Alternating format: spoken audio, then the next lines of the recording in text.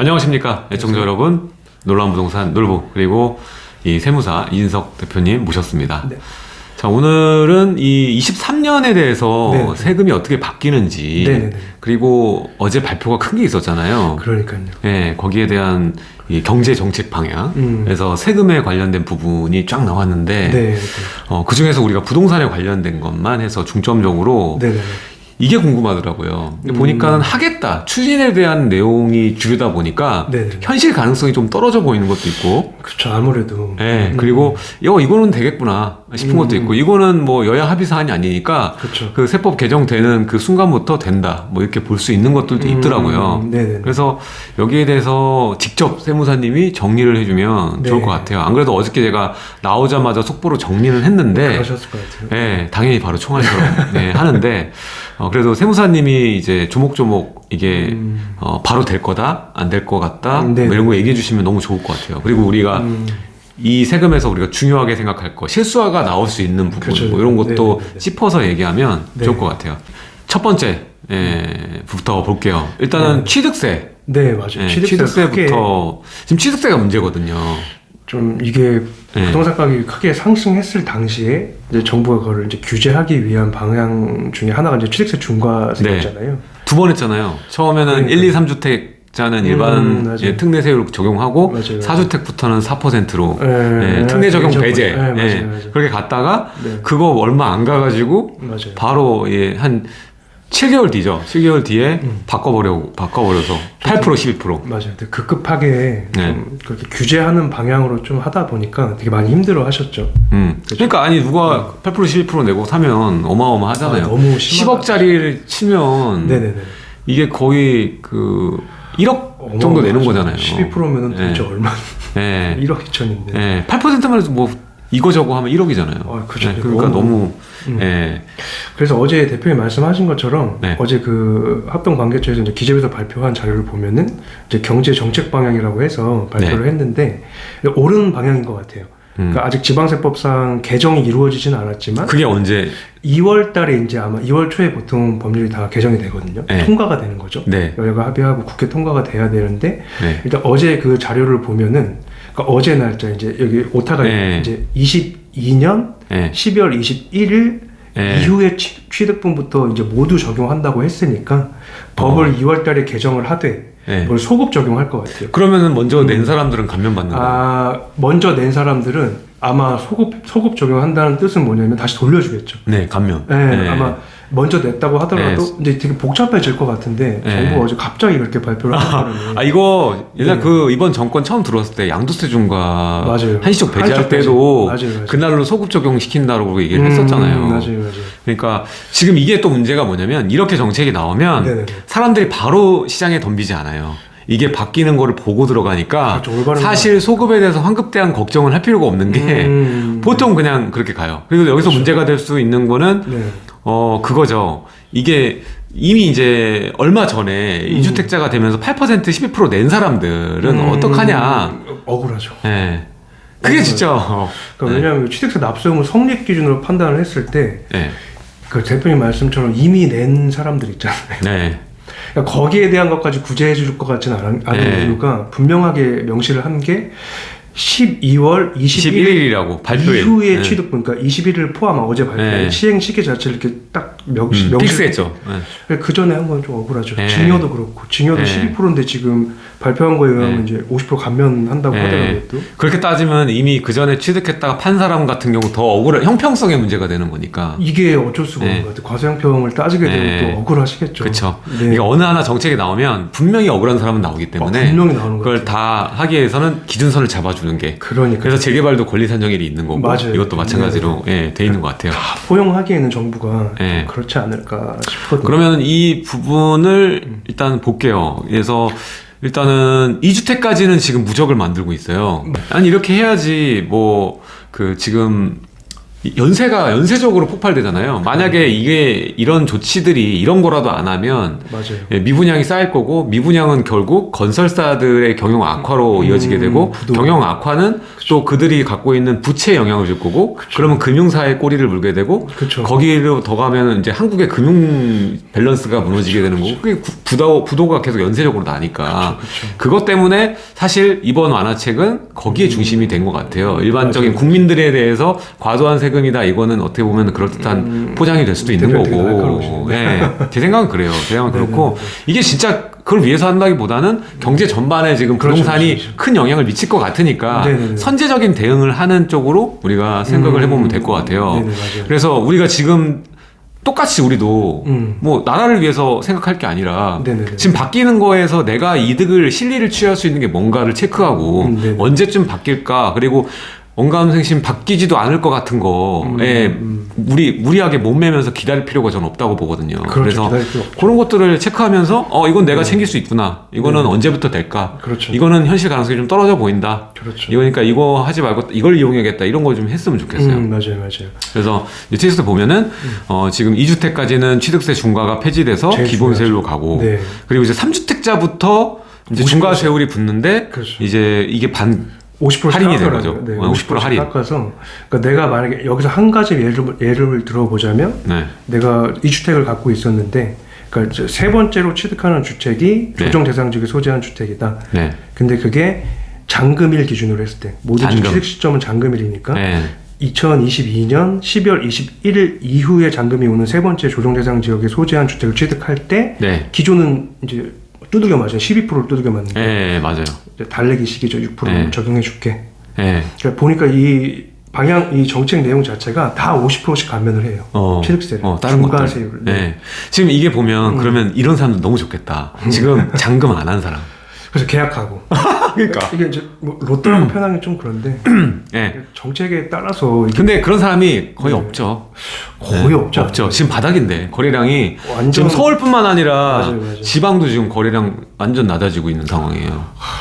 그래서 이게 지금 상황에서 이 운 좋으신 분 찾기는 좀 힘들 것 같고, 어쨌든 지금 중요한 얘기 해주셨어요. 이게 잔금 기준으로, 잔금 기준으로 이제 세율이 인하된다. 21일 이후 잔금. 이렇게 정리하면 될 것 같고, 비조정 대상 지역 같은 경우에 원래 8%였는데 이것도 마찬가지로 절반 깎아서 4%. 또 법인이 주택 취득하면 주택수 무관하게 12% 그냥 아예 그냥 때렸었죠. 때렸고, 이것도 종부세도 최고 세율로 그냥 중과세율로 다스리고. 이것도 조금 완화하는 것 같아요, 법인이. 요거에 대한 의사결정이 이제 1인 법인 운영하시는 분들 제가 어제도 상담하고 그랬는데, 그러니까 그분은 이제 빨리 체크하고 어제 보고 연락을 주셨더라고요. 이제 좀 법인을 운영하실 때 부동산 법인. 특히 이제 조금 유리한 경우도 있겠죠. 주택 막 취득하실 때. 맞아요. 8대가 유리하죠. 8대가. 그렇죠. 이것도 있었잖아요. 추가 과세, 주택에 대한 추가 과세 부분. 맞아요. 토지 등 양도소득에 대한 과세라고 해요. 그래서 우리가 주택 같은 경우에는 20% 추가로 더 때리는 거. 찌라시 도는 게 그거 없애버린다고. 근데 없앴으면 좋겠어요. 좀 법인이 살아나야지. 근데 이번 발표에는 그게 없었지 않나요? 없었어요. 내용이. 없었어요. 근데 찌라시는 있었어요. 그래서 와, 이거는 진짜 대대적이다. 그러면 조금 더 경제가 활성화되지 않을까? 대표님 말씀처럼. 맞아요. 그러니까 취득을 빨리빨리 하려면은 결국에는 1주택자, 무주택 가지고는 게임이 안 되는 거예요, 지금은. 그래서 다주택자가 게임장에 입장할 수 있게끔 다시 문을 오픈을 해줘야, 다주택자가 시장을 움직여야 무주택, 1주택자도 따라 움직이는 거거든요. 경험이 많으니까, 다주택자가. 그리고 뭐가 유리한지 알고 그 시장의 흐름을 기다리기보다는 먼저 진입하는. 그렇기 때문에 연착륙이라는 표현을 썼어요. 그러니까 이게 폭락하는 걸 두고 보지 않겠다라는 거거든요. 그러니까 거기에 대한 그 침대 역할, 쿠션 역할을 다주택자가 해주면 좋겠다라는 생각으로 지금 추가로 하는 건데, 사실 이게 저도 전반적인 거로 다 봤더니 이게 사실 풀려면 제대로 풀어야 되는데 이게 좀 논리에 안 맞게 풀려 있다, 그런 게 좀 생각이 들더라고요. 저도 그런 생각했어요. 논리에 뭐가 맞지 않고. 지금 이렇게 한다고 해서 다주택자가 선뜻 들어갈까? 안 들어갈 그런 생각 들고, 그렇게 하면 얘네들이 안 따지면 또 무주택자, 1주택자 마찬가지고. 근데 이번에 하나 좀 과감하게 했던 게, 규제 지역이라고 해도 다주택자에 대해서 LTV 30%까지 대출을 받을 수 있게끔 한 거거든요. 맞아요. 지금 시장의 가장 큰 문제는 다주택자도 진입하기 어려운 문제는 역전세거든요. 전세금이 가장 많이 빠졌어요. 큰 문제죠. 예, 세무사님 바쁘시니까 뭐 동네나 지금 보신 적 있어요? 지금 집값? 조금 봤는데 예. 많이 떨어졌죠. 심하긴 심하더라고요. 네, 전세가가 지금 많이 떨어졌어요. 그래서 네. 중심지 같은 경우에도 지금 서울의 대표적인 지역들도 지금 많이 빠졌고, 특히 내년에는 대규모 입주가 예정돼 있는 국지적인 지역이 있어요. 이게 서울 전역에 영향을 주기는 어렵지만 네. 해당 지역의 타격을 정밀하게 할 수 있는 뭐 강남 지역도 뭐 6,000세대 들어오고 이래 버리니까 이 전세가가 한동안은 헤매지 않을까. 그리고 금리 추세가 가라앉기 전까지는 이런 완화책이 아무리 쏟아져 봐야 큰일이에요. 네, 바로 이게 시장 분위기를 바꾸기는 역부족이지 않나 그런 생각이 듭니다. 근데 이럴 때 남들이 안 할 때가 어떻게 보면 기회라고 좀 보거든요. 그래서 체크를 하셔서 그렇죠. 많이 빠질 때 사실 어느 정도 빠지면 그 이상 빠지기 어려운 구간은 반드시 있습니다. 그래서 꼭 필요하다면 이런 것들을 챙겨가면서 그렇죠. 쓰면 좋지 않나라는 생각이 들어요. 그렇죠.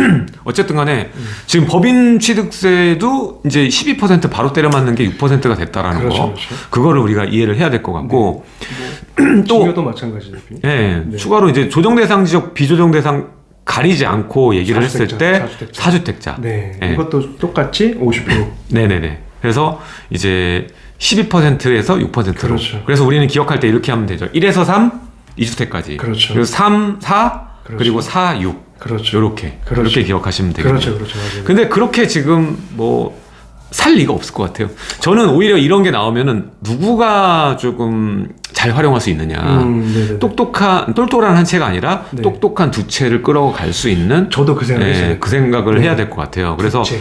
그쵸. 두 채까지는 취득세도 안 내니까. 지금 그렇죠. 기존에도 이런 정비 사업이나 이런 데 그 좋아질 걸 아는데 네. 접근하기가 어렵단 말이에요. 왜냐하면 바로 8% 때려 맞으니까. 근데 이제는 기본세율로 바뀌게 되면은 진입하는데 어렵지 않게 들어갈 수 있지 않을까라는 생각이 들고. 네. 취득세 요거 지금 취득세 중과는 제가 알기로 야당이 좀 반대해요. 네. 반대하겠죠. 이거 다주택자들 네. 누진과세들은 그러니까요. 이거는 이게 바뀌면은 만약에 바뀌어서 여야가 합의가 된다라고 하면 네. 뭐 충분히 2월달에 그렇죠. 2월에 네. 이제 개정을 통해서 이제 네. 아까 말씀드렸듯이 소급 적용을 한다니까 네. 그 전에 기존 세율로 적용받았던 분들은 이제 소급 적용한다는 게 이제 환급이 이루어지겠죠. 네. 뭐 절차상으로는 어떻게 복잡하게 이루어질지 모르겠지만 네. 분명히 소급 적용한다고 기재부에서 발표를 했으니까. 네. 당연히 소급 적용해야죠. 당연하죠. 네, 발표를 이렇게 했으니까. 네, 네. 어쨌든 이 부분만 챙겨가면 될 것 같아요. 그렇죠. 2월 달에 이게 어떻게 되는지 주목을 해보고 네, 네. 움직이면 딱 맞을 것 같다. 맞습니다. 이 생각하면 될 것 같고요. 네, 네. 그리고 이것도 나왔어요. 지금 증여취득세. 그렇죠. 네, 증여취득분. 기존에 이제 공시가액 3억 초과하는 조정대상 지역 소재한 주택을 중과였죠. 증여할 때, 그렇죠. 네. 12%였는데 이것 때문에 어마어마하게 조금 힘들어하셨거든요. 그렇죠. 증여는 해야겠고. 네, 그렇죠. 바로 내년부터는. 그렇죠. 네? 내년부터는. 저도 근데 얼마 전에 좀 2월 과세. 12월에 증여했어요. 12월에. 근데 저도 진짜 그게 맞는 게 네. 제가 10월 달부터 지금 현재까지 증여세 신고한 게 어마어마해요. 그 직계 좀비속간에 증여 신고를 엄청 하셨거든요. 그 이유는 네. 이제 뭐 이런 취득세 측면도 있고 내년에 있을 이제 뭐 저희 뒤에 살펴볼 거지만 네. 이제 여러 가지가 바뀌고 또 2월 과세 규정도 그렇고 양도소득세에서 네. 그런 것 때문에 증여가 엄청 많았어요. 신고건이. 근데 이게 이제 6%로. 그렇죠. 이제 뭐 네. 절반 이것도 마찬가지 절반으로 낮춰준다는 건데 네. 이거는 할만하다, 진짜. 근데 좀 낮춰줄 거 중과하지 그냥, 말고 예, 중과, 그냥 3.5% 폐지했으면. 폐지하고 3.5% 해줬으면은 예. 조금 더 글쎄요, 뭐 정부는 어떻게 생각할지 모르겠지만 네네. 어쨌든 여야 합의가 필요한 부분이니까 여기서 세율 퍼센테이지는 약간의 조정이 있을 것 같다라는 예상을 그렇죠. 해볼 수가 있습니다. 지금 우리가 예, 3주택까지는 뭐 4가 아니라 6이 될 수도 있는 거고 네. 4주택이 12에서 6이 아니라 뭐 8이 될 수도 있는 거고 예, 변화는 있을 거니까 한번 네.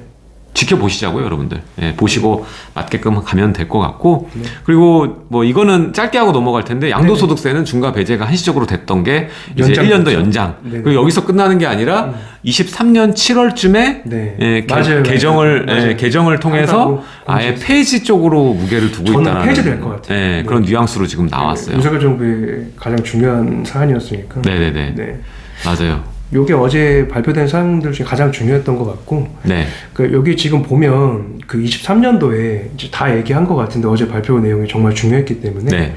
이제 뭐 취득 단계부터 보유 단계, 처분 단계까지 이제 네. 주택분에 대해서 네. 이제 여러 가지 개정사항을 바탕으로 이제 이거 다 개정안인데 이제 통과된다는 보장이 잠정 합의, 없잖아요. 네. 보장은 없어요, 솔직히. 네. 근데 잠정 합의가 이루어졌다고 볼 수 있는 사안들이긴 하거든요. 네네. 종부세율은 잠정합의 얘기 나왔으니까. 그쵸. 네, 그렇게 됐고. 네. 근데 취득세는 잠정합의 얘기 없었어요. 뉴스로는 반대 의견이다라는 건 나왔고. 그렇죠. 야당이 반대를 하니까. 취득세 중과 완화. 처음에 이것도 웃긴 게 정부는 항상 간을 봅니다. 이게 제가 영상은 바로 올리는 편이잖아요. 네, 하자마자 그렇죠. 뭐 보자마자 전 올리거든요. 네, 근데 네. 이것도 취득세 중과 완화를 기사 전 보자마자 올렸고 여기에 따른 파급 효과가 어떨지 예상해서 했는데 바로 그 저녁에 취득세 중과 완화 의논한 적이 없다고 해놓고 일주일도 안 돼서 발표한 거예요. 좀 간을 보죠.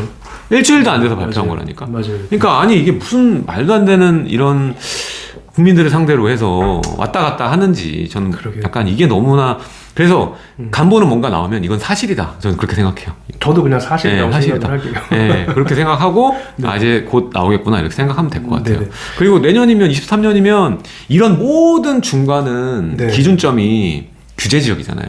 그죠. 규제 지역이 아니면 다 없어지는 거잖아요. 사실 중과가 의미가 없는 거지. 일단 그건 기본이죠, 그죠? 네. 그래서 규제 지역이 내년에 서울까지는 모르겠으나 나머지 지역들은 초반에 다 풀릴 거라고 봐요. 수도권 지역이 먼저 풀리고 예. 제가 볼 때도. 광명, 과천, 하남, 성남 얘네들은 싹 바로 풀릴 거라고 보고 네. 그 더 추가해서 서울에 구별로 나눠가지고 예, 좀 많이 빠진 외곽 지역들은 먼저 혼합해서 좀 이게 그렇죠. 지금 완화를 이렇게 4개만 하면 안 될 것 같아요. 그래서 좀 대규모로 하는 듯한 그 뉘앙스를 계속 시장에 전달을 해야 이게 돌아가듯이 네. 아마 내년 초에 첫 화두는 규제 지역 대거 또 서울까지 포함한 지역들이 좀 빠지는 그런 그림이. 그렇게 돼야지 조금 더 활성화가 돼요. 사실 강남 3구 빼고 다 풀어주는 게 그림은 더 맞을 것 같아요. 예, 마지막 보루. 대표님 말씀 맞는 것 같아요. 예, 예. 네. 자, 그래서 이제 중요한 거는 이제 세금적으로 오늘 네. 세무사님을 모시고 얘기한 거니까 네. 이제 들어가 보시죠. 여기서 이 취득세 부분 먼저 얘기했어요. 그렇죠. 2000년 개편안. 거의 다 그럼 얘기했는데. 여기서 나올 수 있는 데가 아까 네. 우리가 증여의 그렇죠. 취득 중과가 그렇죠. 12%가 6%로 50% 디스카운트가 들어갔다는 얘기 그렇죠. 나왔는데 그렇죠. 그거를 플러스해서 염두해야 될 게 내년에 바뀌는 세금이죠. 그렇죠. 2023년 1월 네. 1일 이후부터. 네. 그렇죠. 그래서 이게 이것 때문에 저는 올해 무조건 해야 된다 해서 12월에 했어요. 맞아요. 12월에 했습니다. 되게 많이 하셨어요. 네. 5년하고 10년은 너무 다르거든. 그렇죠. 네. 2월과 세계. 10년이면 예전에는 10년이면 강산 변한다고 했는데 요즘에 10년이면은 세계 지도가 바뀌어. 진짜. 나라가 없어질 수도 네, 있어요. 나라가 없어질 수도 있어. 자, 그래서 취득 단계 취득세 과세 문제. 일단 증여로 취득할 때를 네네네. 우리가 시가 인정액. 그렇죠. 네. 뭐 매매사례가나 아파트 같은 경우에 네. 유사매매사례가는 감정을 받으면 감정가, 그러니까 네. 시가, 네. 제3자 간의 거래가 이루어진다고 볼 수 있는 시가. 네네. 그 시가를 취득세 과세 표준을 한다는 얘기 자체가 네. 원래는 증여 무상 취득 같은 경우엔 네. 이제 기준 시가라고 하잖아요. 네, 기준 시가. 그렇죠. 지방세법에서는 그걸 시가 표준액이라고 부르는데 네. 원래는 시가 표준액으로 했었어요. 네. 증여로 취득했을 때. 네. 근데 이걸 시가로 한다는 거는 예를 들면 아파트 가격이 시가가 12억인데 네. 시가 표준을 거기 한 70%라고 한다면은 뭐 한 8억이라고 쳐요. 네. 그 2억분에 대한 취득세가 차이가 나는 거죠, 이제. 차이가 나죠. 그러니까 이게 엄청 불리할 수밖에 없는. 네. 이거는 이미 확정 적용이 될 거기 때문에. 네네. 그래서 아직 며칠 안 남긴 했는데 이제 정말 증여를 해야겠다면 취득세 측면만 조금 고려했을 때는 예. 아무래도 22년이 조금 더 유리하겠죠. 네. 그래서 사실 저는 이거는 그렇게 데미지가 엄청 크다라고 크진 보진 않아요. 않아요. 네, 크진 왜냐면 않아요. 취득세에서만 시가 인정이 바뀌어서 그렇죠. 그게 나오는 차이 때문에 중과세율이 붙어서 문제인 거지. 그렇죠. 대표님 되게 네. 날카로우신 말씀이죠. 네. 네네. 중과세율이 문제인 거지. 비규제 지역에서의 증여는 사실 이거나 내년에 상관이 없는데 그렇죠. 저는 이게 데미지가 크다고 보는 거예요. 그렇죠. 2월 과세. 그렇죠. 네. 그래서 그게 큰 거고 지금 이제 원래 그 신고할 때 그 금액이 네. 일단은 바뀐다라는 거. 그렇죠. 예, 사실상 취득 가격으로 중심으로 그렇죠. 예, 간다라는 거. 원래 이제 유상매매로 취득했을 때 이제 원래 뭐 신고한 가액, 부동산 실거래가 때문에 신고한 가액보다 예를 들면 시가 표준의 기준 시가가 더 커요. 네. 그럼 둘 중에 큰 금액을 취득세 과세 표준으로 이제 하는데 요게 이제 법령이 개정이 돼서 이제 실제 신고된 가액, 그러니까 사실상의 취득가를 취득세 과세 표준으로 하겠다. 요런 지금 개정 내용입니다. 이게 문제가 되는 게 우리가 일반적인 아파트는 네. 사실상 이게 차이가 그렇게 막 그렇죠. 데미지가 크진 않잖아요. 네네네. 이렇게 우리가 이게 시가 인정액이든 시가 표준액이랑 했을 때 네네네. 물론 당연히 시가 표준액으로 했을 때가 크지만 그렇죠. 그게 진짜 뭐 매덕이 갑자기 없어지고 막 이런 정도는 아니잖아요. 네. 그래서 기준점이 뭐 그 가격에서 3억 빠진 금액이냐 뭐 이렇게 계산해가지고 하는 거잖아요. 맞아요. 근데 이게 재개발로 들어가면 달라져요.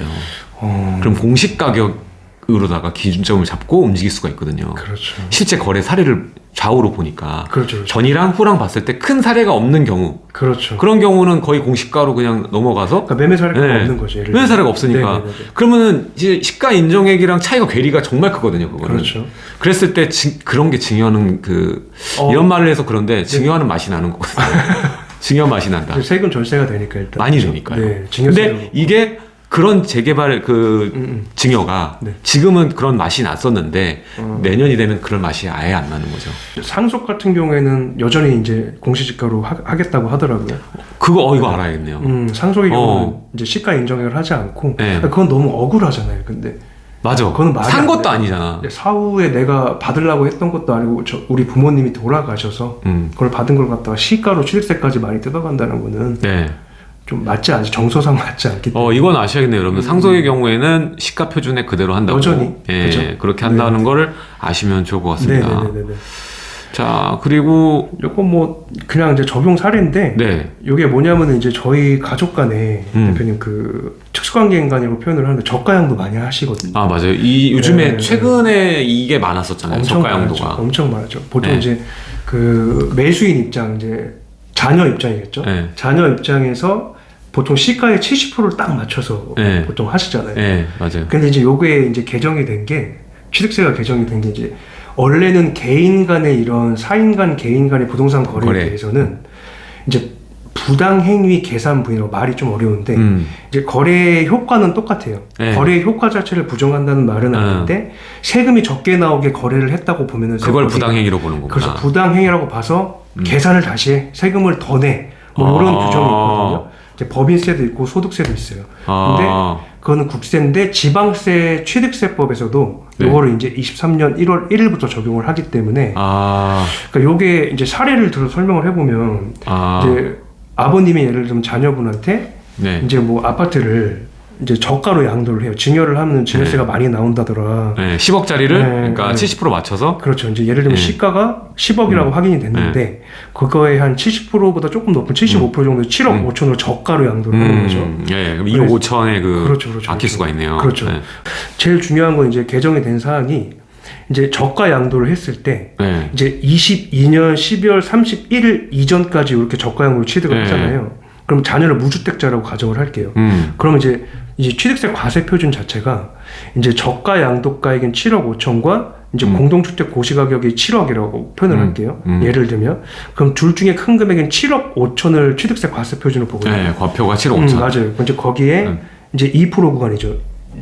자녀가 무주택자니까 취득세가 그렇죠. 1에서 3% 적용이 될 테니까 2%에 이제 뭐 종합적으로 지교세까지 포함해서 그 2.2% 적용하면 1,650밖에 안 나오는데 이걸 만약에 23년 1월 1일 이후에 이렇게 저가 양도가 이루어진다. 잔금 기준, 그다음 소유권 등기 이전 접수일 기준으로 그럼 취득세가 이제 과표가 어떻게 되냐면 7억 5천이 안 되는 거예요. 시가 인정액으로 봐버리는 거예요. 그러니까 이제 원래는 7억 5천 저가 양도가 기준인 7억 5천을 과세 표준으로 해서 시가 표준보다 크다면은 거기에서 이제 취득세를 곱한 그 취득세를 부담하게 돼 있었는데 그것도 안 돼요. 저가 양도를 과세 표준으로 하지 않고 저가 양도가를 그냥 시가로만 무조건 시가로 그 과세 표준을 보겠다는 거 취득세. 이거는 근데 만약에 여기서 그 금융당국에서 세무당국에서 이거를 빠꾸를 해야지 이렇게 되는 거잖아요. 대표님 지금 말씀 잘하신 게 지자체는 처음에 알 수가 없어요. 그게 뭐냐면 요 행위 자체가 부당행위 계산 부인이라는 사실을 알아면 그 진하기를 봐야 되잖아요. 그렇죠. 요 저가 양도가 일단 세무서에 신고가 들어가잖아요. 그러니까 물론 이제 법무사님 통해서 이런 취득세 납부 대행을 하시면서 납부를 하시겠지만 그 요 해당 이제 양도세 신고를 세무서에 통해서 들어가면은 여기 소득세법상 부당행위 계산분에 해당된다고 판단이 되면 이게 지자체에 통보가 돼요. 그때 대표님 말씀 그때 이거를 적발을 해요. 그러니까 추징을 하겠죠. 그렇게 되면. 그러니까 이것도 이제 보통 이렇게들 많이 하잖아요. 그렇죠. 이렇게들 하고 실제로 이렇게 해서 실거래가 뜨고 하잖아요. 그렇죠.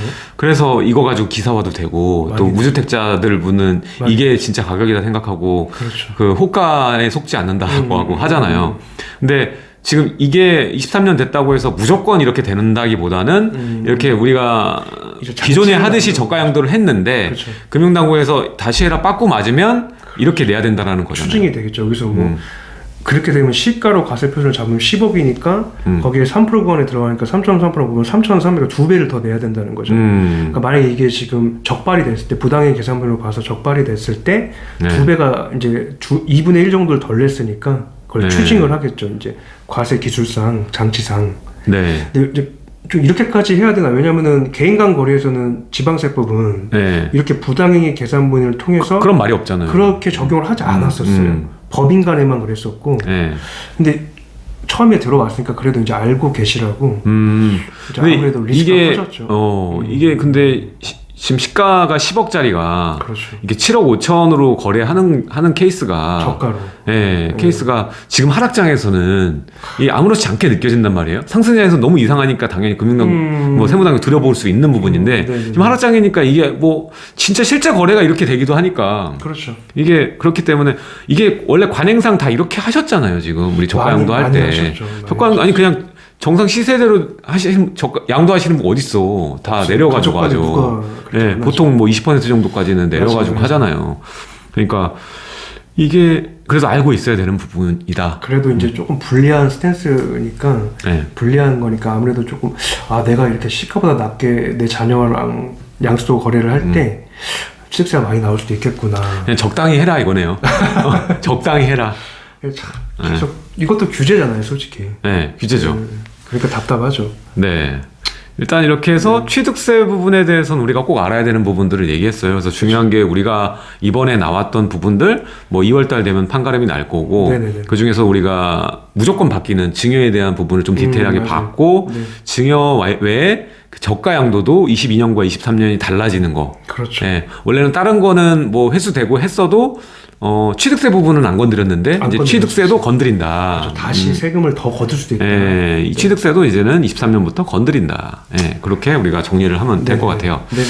자, 일단은 지금은 이 23년 달라지는 세제 취득세 부분 오늘은 살펴봤고 네네. 다음에는 이 종부세 관련된 거 네네. 이것도 중요하거든요. 지금 종부세 이거 때문에 상담 많이 하시지 않았어요? 많이 종부세 했죠. 때문에? 엄청 많이 근데 했었죠. 상담을 해도 끝이 안 나는 문제 아닙니까? 되게 머리 아파요, 솔직히. 이 해결하기가 뭐 어떻게 증여나 매도 외에 뭐 따르게 할 수 있는 전략이 없잖아요. 없어요. 없잖아요. 증여밖에 없어요. 증여 배우자든 자녀한테 증여해서 인별과세인 점을 활용하는 방법밖에 없고. 분산하는 방법밖에 없어요. 근데 공제 금액은 다주택자는 어차피 6억까지밖에 안 됐으니까 그렇죠. 증여를 하든 뭘 하든 나오는 건 나오는 거니까. 그렇죠. 공제 금액이 6밖에 안 되니까 뭐 줄인다는 의미가 별로 사실상 크지 않았던 맞아요. 부분인데 이게 이제 크게 줄일 수 있다는 거 아닙니까? 그렇죠. 그래도 이제 아무래도 조금 유리하게 바뀌긴 했어요. 네. 잠정 합의가 됐고 요거는 통과가 될 것 같아요, 대표님. 요거에 대해서는 다음 바로 또 올려드리도록 하겠습니다. 지금까지 저희 또 대표 이진석 대표님, 다봄 세무회계 이진석 대표님과 함께 이 세금에 대한 23년에 바뀌는 부분 첫 번째 취득세 부분 다 한번 훑어봤습니다. 자, 지금까지 시청해주셔서 감사드리고요. 다음 영상에서 세금 그대로 이어가겠습니다. 감사합니다. 네, 감사합니다.